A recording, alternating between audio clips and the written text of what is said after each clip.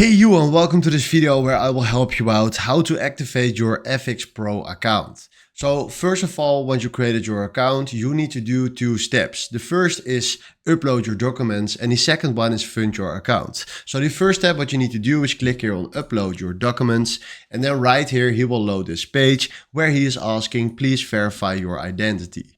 Then make sure that you click here on stay and verify via browser, scan this QR code, and then after that upload the front side of your ID and the back side. After that, take a selfie, and that is the first step that you need to do for activating your account.